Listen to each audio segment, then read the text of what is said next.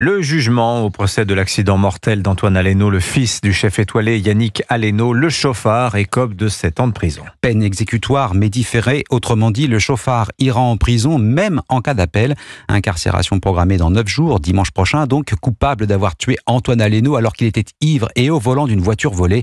Le débat sur la création d'un délit d'homicide routier a refait surface à l'occasion de ce procès. Geoffrey Branger, est-ce que cette nouvelle qualification pourrait changer quelque chose ? Eh bien déjà, la reconnaissance de l'homicide routier ferait une grande différence pour les familles de victimes qui ne supportent pas l'utilisation du terme homicide involontaire quand l'alcool, la drogue ou encore la vitesse entrent en ligne de compte. Basile Adair, un des avocats de la famille Alléno. On ferait disparaître le caractère non intentionnel de l'infraction parce que lorsque un conducteur commet une série d'actes volontaires, je me mets à un volant en ayant un taux d'alcoolémie qui dépasse la limite autorisée, je roule sans permis, je roule et là à plus de 5 fois la vitesse autorisée, c'est une série d'actes volontaires. Donc lorsque la conséquence c'est la mort d'homme, on ne peut pas dire que c'est involontaire. Cela pourrait également permettre une meilleure sensibilisation des conducteurs. Il faut que les chauffards sachent que ce n'est pas une impunité, c'est pas parce qu'on a bu, qu'on a brûlé un feu rouge qu'on ne doit pas supporter les conséquences dramatiques lorsqu'on roule sur les routes. Enfin, les partisans de la création d'un délit d'homicide routier espèrent qu'avec cette dénomination,